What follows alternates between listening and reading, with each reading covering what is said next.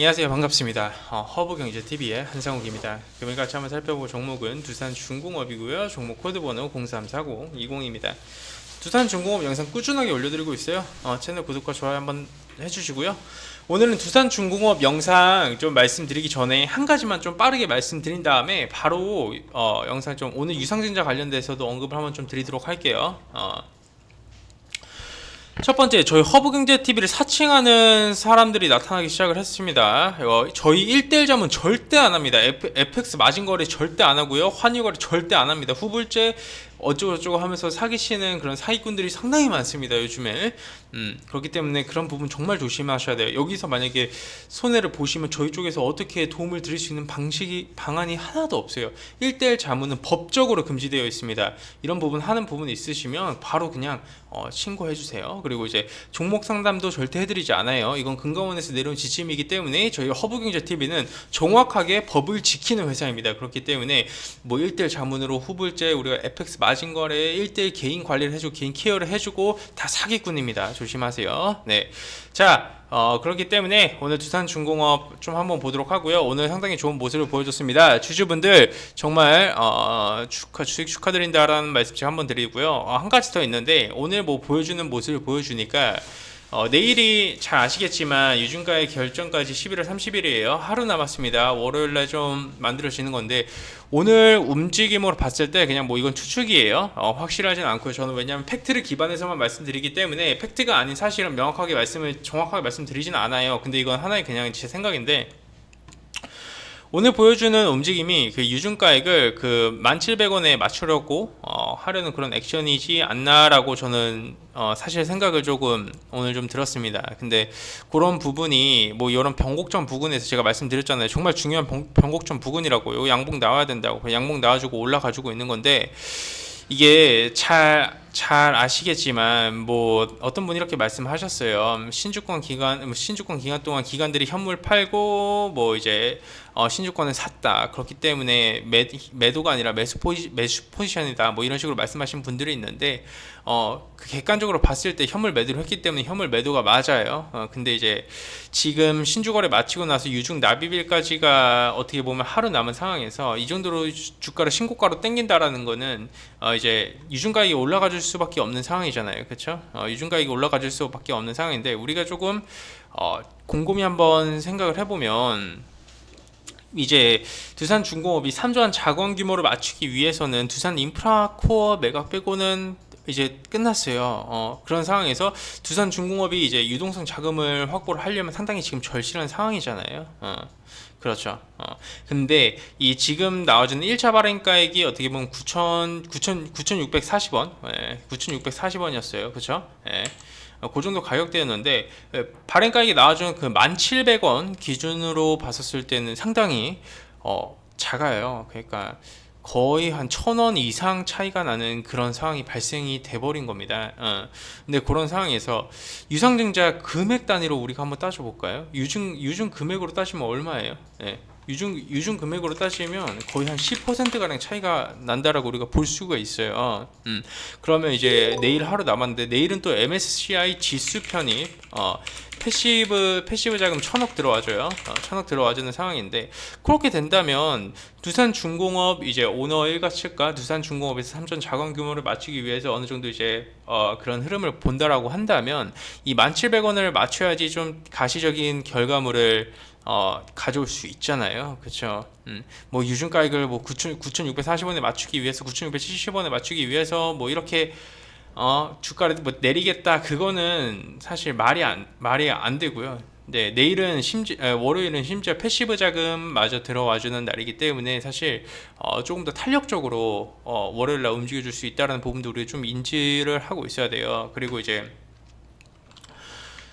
그 의도적으로 주가를 지금 땡겨서 올리는 거잖아요. 그래서 이제 뭐 개인들 매도, 외인들 매수, 기관들 매수 이런 식으로 찍혀지고 있는데 뭐 이런 부분도 사실 이런 부분도 사실 어떻게 보면 이제 메이저들이 정말로 이런 액티브 자금이 들어와주면서 이런 물량도 좀 저는 섞여 있다 보거든요. 그냥 어떻게 보면 이 개인이 매도가 찍히는 게 그냥 단타 치는 개인들일 수도 있고요.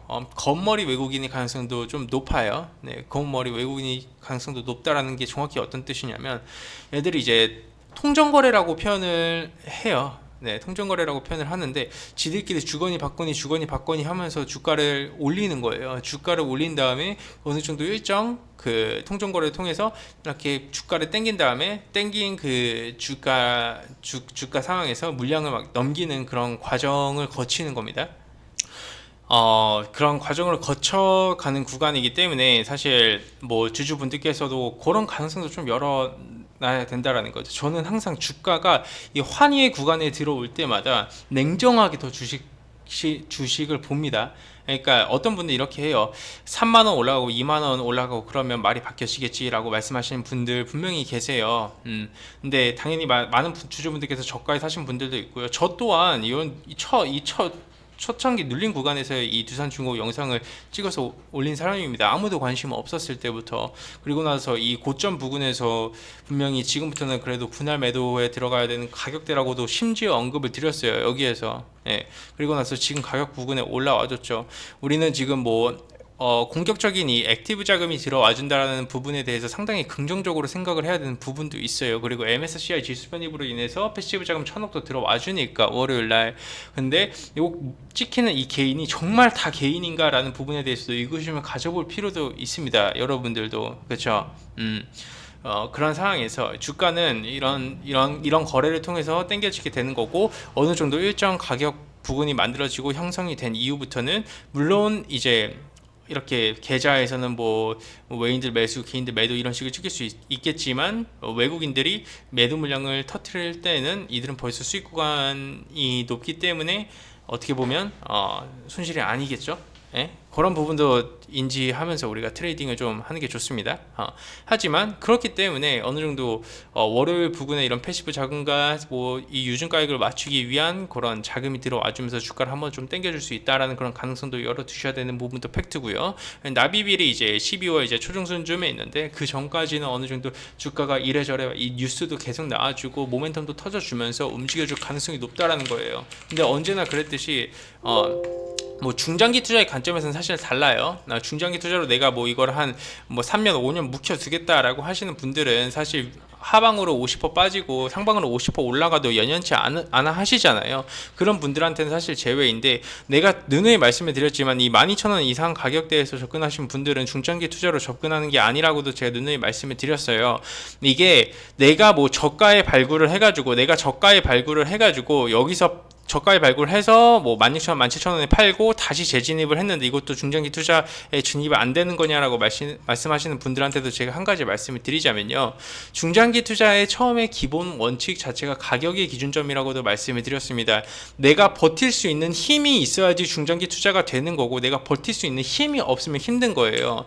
예시를 들어서 말씀드릴게요. 여러분들 지금 다 수익 구간에 계시니까 당연히 주가가 내려가면 더 추가하면서 해야지라고 할 건데, 곰곰이 생각해 보십시오. 이 고점에서 누군가가 이때는 18,000원이었어요. 권리락 기준점 가지고 18,000원에 내가 매수를 했어요. 그리고 나서 이 손실 구간이 내가 만약에 마이너스 30%가 찍혀 있습니다. 근데 그때도 정말 내가 정말 중장기 투자를 할 수 있을 만한 그런 지금과 같은 마인드를 가질 수 있을까요? 내 계좌에 플러스 30% 찍혀 있는 상태에서 중장기 투자를 외치는 것과 내 계좌에 손실이 찍혀 있는 구간에서 이제 중장기 투자를 외치는 것과는 상당히 그 수준 자체가 저는 다르다고 지금 누누이 계속해서 말씀드리고 있는 부분이에요. 이거는 주식은 결국 마인드 싸움이거든요. 내가 손실에서 버티면서 중장기 투자를 하는 것과 수익에서 버티면서 중장기 투자를 하는 것과는 그 가져가는 힘의 강도 자체가 다릅니다, 여러분. 네, 가져갈 수 있는 힘이에요. 가져갈 수 있는 힘. 그게 정말 중요해요. 그렇기 때문에 내가 아무리 저점에서 발굴을 했다라고 해도요, 저점에서 내가 발굴을 했어요. 그렇게 되면 여기서 내가 분할 매도를 했어. 12,000원 가격대에서 다시 물량을 모아갔어. 그렇게 되면 내 평단은 그래봤자 8,000원이에요. 내가 여기서 전량 매도하고 여기에서 다시 한 번 더 신규 진입을 했다라면 여기서는 단기 스윙 아니면 스윙 매매가 되는 거예요. 예. 왜냐하면 심지어 저도 제 허브경제TV 리딩을 할 때 8,000원 부근에서 주력주로 나왔고요.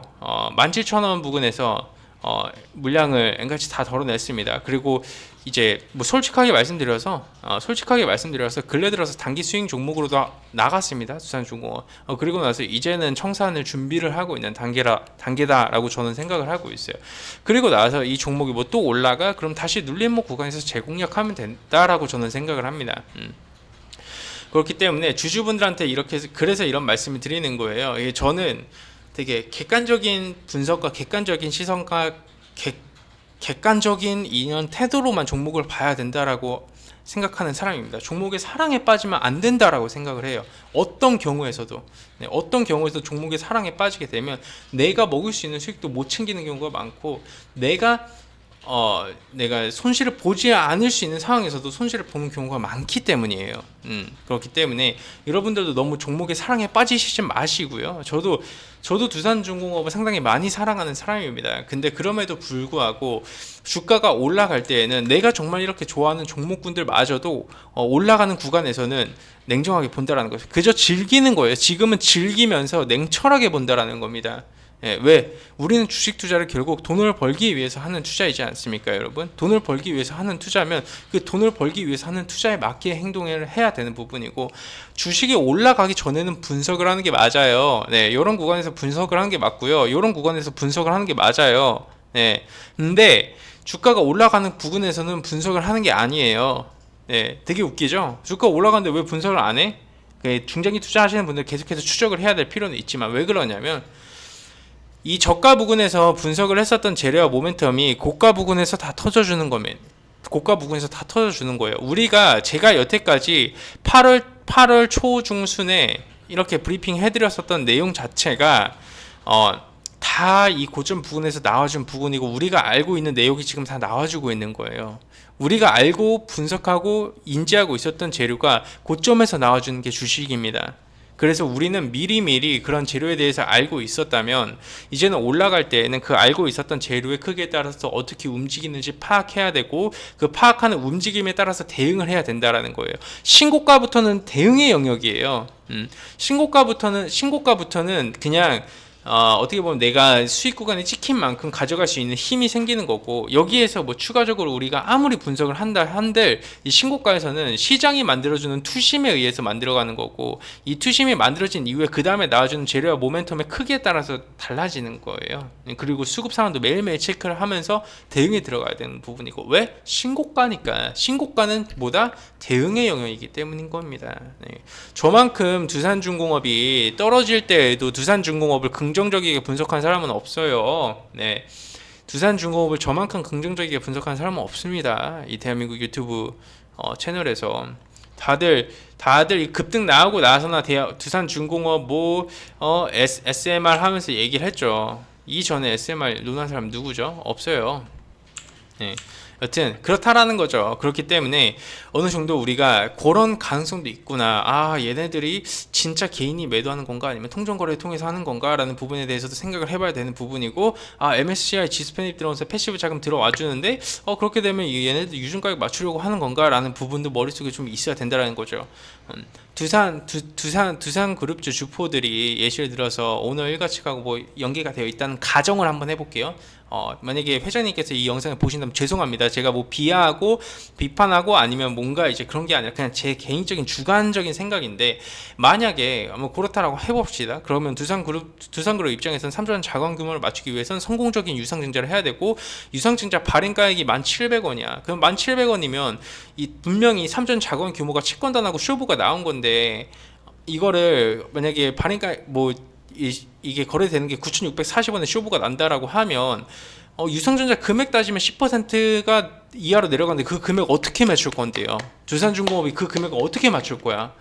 그런 부분도 우리가 생각하면서 대응을 해볼 필요가 있다라는 거죠.